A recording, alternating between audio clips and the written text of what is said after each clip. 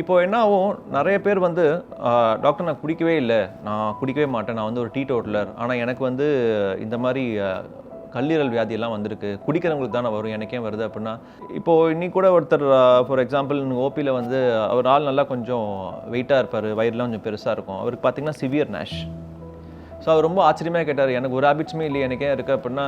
குடிக்கிறது மட்டும் ஒரு ஹேபிட் கிடையாது. நம்ம வந்து கண்டதை சாப்பிட்றது, கண்ட நேரத்துக்கு வந்து தூங்காமல் ஸ்ட்ரெஸ்ஃபுல்லாக இருக்கிறது, கிடைக்கும் போதெல்லாம் சாப்பிட்றது, இந்த ஜங்க் ஃபுட்டு, இந்த ஃப்ரைட் ஃபுட், ஆயில் ஃபுட், நிறைய இந்த மைதா ரிச் ஃபுட்லாம் சாப்பிடும்போதும் நம்ம உடம்புல வந்து குடிக்கிறத விட அதுதான் ரொம்ப மோசம். ஸோ இது வந்து என்ன ஆகும் அப்படின்னா, கல்லீரலில் வந்து வெறும் கொழுப்பு மட்டும் படியாமல் அந்த கொழுப்பு வந்து கல்லீரல் செல்லை வந்து பாதிக்க ஆரம்பிச்சிடும். ஸோ அந்த செல்லை பாதிக்க ஆரம்பித்தோன்னா அந்த செல்லை வந்து ஸ்கார் ஆகிடும். அந்த ஸ்கார் ஆன ஸ்டேஜ் தான் ஃபைப்ரோசிஸ். அது அப்படியே ஸ்டேஜ் 1 ஸ்டேஜ் 2ன்னு போய் கடைசியாக சிராசிஸ், கல்லீரல் சுருக்கமுக்கு ஏற்பட்டுருச்சுன்னா நம்ம டிரான்ஸ்பிளான்ட் தான் பண்ணணும்.